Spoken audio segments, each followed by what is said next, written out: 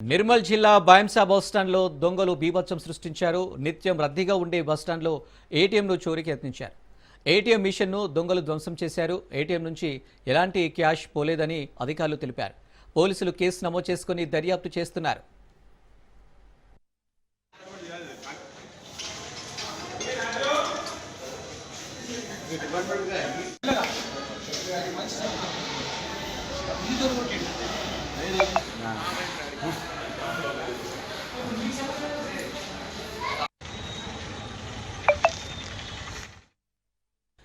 నిర్మల్ జిల్లా బాయంసా బస్టాండ్లో దొంగలు బీభత్సం సృష్టించారు. నిత్యం రద్దీగా ఉండే బస్టాండ్లో ఏటీఎం చోరీకైతే యత్నించారు. ఇక దీనికి సంబంధించి మరిన్ని డీటెయిల్స్ మా ప్రతినిధి శ్రీనివాస్ అందిస్తారు. శ్రీనివాస్,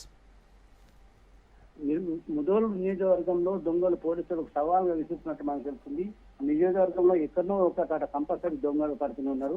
గత వారం 10 రోజులకి అయితే వరుసగా బాసరు గ్రామంలో కూడా రోజు దొంగతనం అనేది అక్కడ వాళ్ళు అక్కడి ప్రాంతం వాళ్ళు ప్రజలందరూ రోజు రాత్రి బస్తీ కట్టే పరిస్థితి ఏర్పడుతుంది.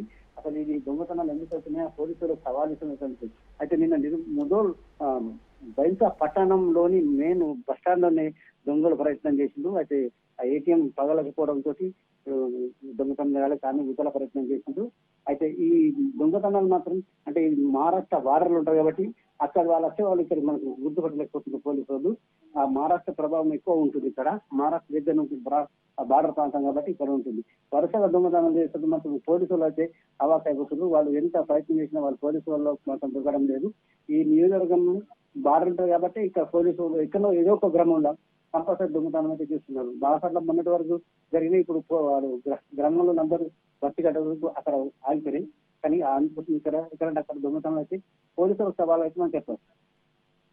Right Srinivas, thank you.